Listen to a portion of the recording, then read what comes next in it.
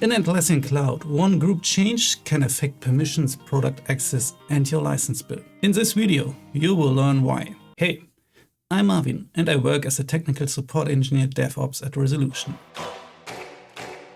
This is my time. I'm on the rise. Can't hold me down, I'm too fly. This is my time. Ready to shine, brighter than all of the lights. 'Cause when it's game time. In Atlassian Cloud, a group is not just a list of users. A single group membership can affect permissions, product access, and even licensing.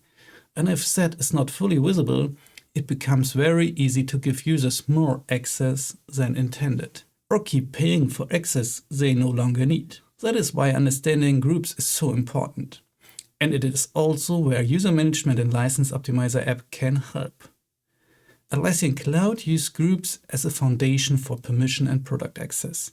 Yes, it sounds simple, but in practice it can get messy. For example, when admins grant users app access in Atlassian administration, Atlassian automatically places those users into default groups. So now imagine this situation. You want to give someone access to one product, but the default group for that access also grants another product. Or the user already belongs to multiple groups that provide overlapping access. Or the group is managed through SCIM. And SCIM simply means the group is synced from your identity provider, so it cannot be edited manually in Atlassian Cloud. Yeah, that is the moment where access control stops being obvious. And this is not just a permission issue. It is also an operational issue and a cost issue. Yeah, because when group membership drive access, group changes can also affect licenses. So if users stay in the wrong groups, they may keep product access they no longer need. And if admins cannot clearly see which groups provide app access, cleanup takes longer.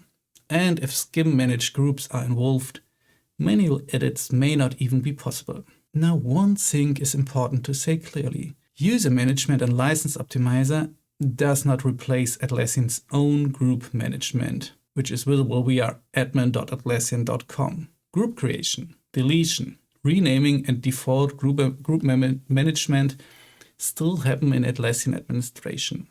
What the app does, it makes existing group-based user management much more efficient.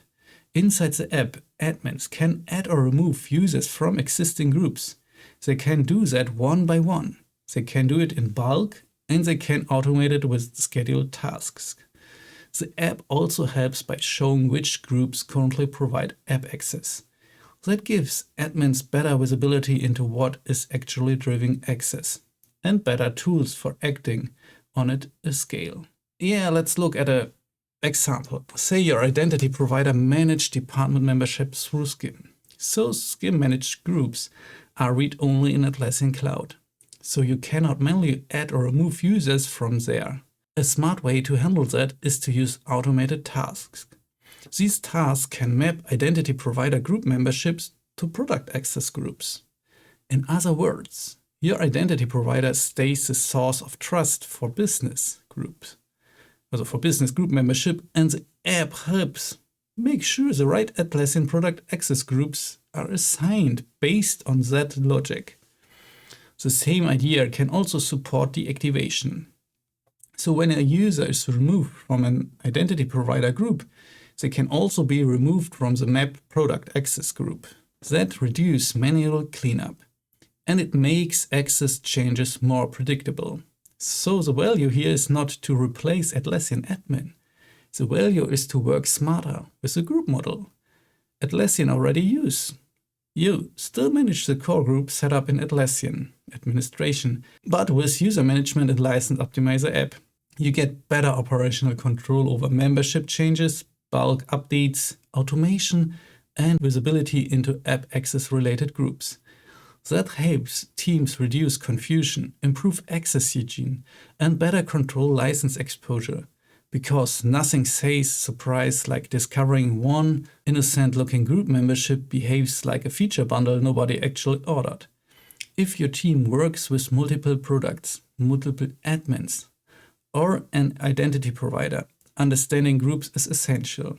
And if you want to turn that understanding into practical action, User management and license optimizer gives you a more scalable way to manage membership changes, automate recurring work, and make app access easier to understand.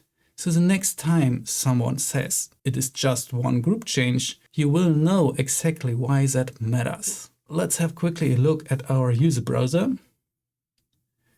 Just select one user as an example, go to bulk operations. And here you will find the option to remove from groups or add users to groups. And you will see the same actions here in our automated tasks. If you would create a new automated task, you have the same actions. You could remove users from groups or add users to groups. That it is. Thanks for watching. This is my time. I'm on the rise.